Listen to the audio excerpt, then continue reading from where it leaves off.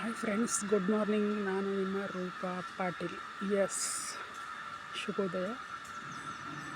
ಆ, ಈಗ ನಾನು ಮಾತಾಡಲಿಕ್ಕೆ ಹೊರಟಿರ್ತಕ್ಕಂಥ ಒಂದು ವಿಷಯ ಅಂದರೆ ಬೆಳಗಿನ ವಾಕ್.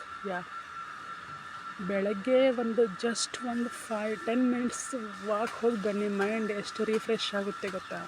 ಹೊರಗಿನ ಒಂದು ನೇಚರ್,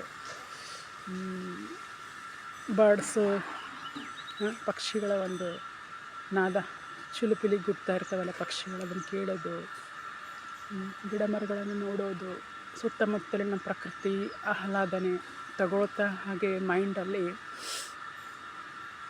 ಸವಿ ನೆನಪುಗಳು, ಸ್ವೀಟ್ ಮೆಮೊರೀಸ್, ನಿಮ್ಮ ಜೀವನದಲ್ಲಿ ನಡೆದಿರ್ತಕ್ಕಂಥ ಸಿಹಿಯಾದ ಒಂದು ನೆನಪುಗಳನ್ನು ಅನುಭವಿಸ್ಕೊತ ಒಂದೇನು ಇದು ಮಾಡ್ತಿರಲ್ಲ, ವಾಯು ವಿಹಾರ ಅಂತಾರಲ್ಲ, ಜಸ್ಟ್ ವಾಕಿಂಗ್, ಅದೊಂದು ಮನಸ್ಸಿಗೆ ಆನಂದ ಕೊಡ್ತಕ್ಕಂಥ ಒಂದು ಆಹ್ಲಾದತೆಯನ್ನು ಕೊಡ್ತಕ್ಕಂಥ ಒಂದು ಅನುಭವ.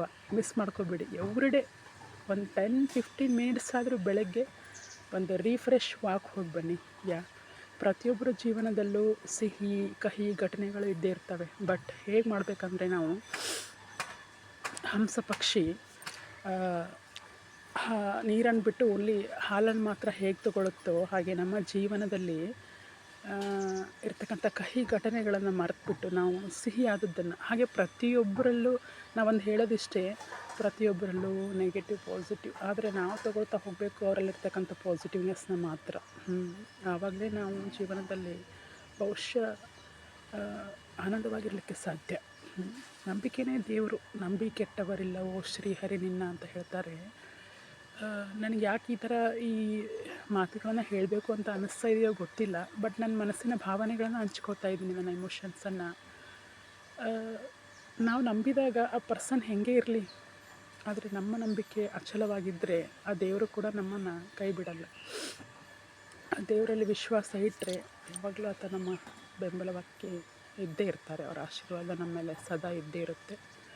ಜೀವನದಲ್ಲಿ ಏನೇ ಕಷ್ಟ ಬರಲಿ, ನಷ್ಟ ಬರಲಿ, ಪರಿಸ್ಥಿತಿ ಅನ್ನೋದು ಅವರವರ ಮನಸ್ಸಿನ ಪರಿಸ್ಥಿತಿ ಅವ್ರಿಗೆ ಗೊತ್ತಿರುತ್ತೆ. ಯಾವುದೇ ಒಬ್ಬ ವ್ಯಕ್ತಿನ ಗೊತ್ತಿಲ್ಲದೆ ಜಡ್ಜ್ ಮಾಡೋದು ತುಂಬಾ ಕಷ್ಟ. ಮಾಡ್ಲಿಕ್ಕೆ ಹೋಗ್ಲಿಕ್ಕೂ ಹೋಗಬೇಡಿ.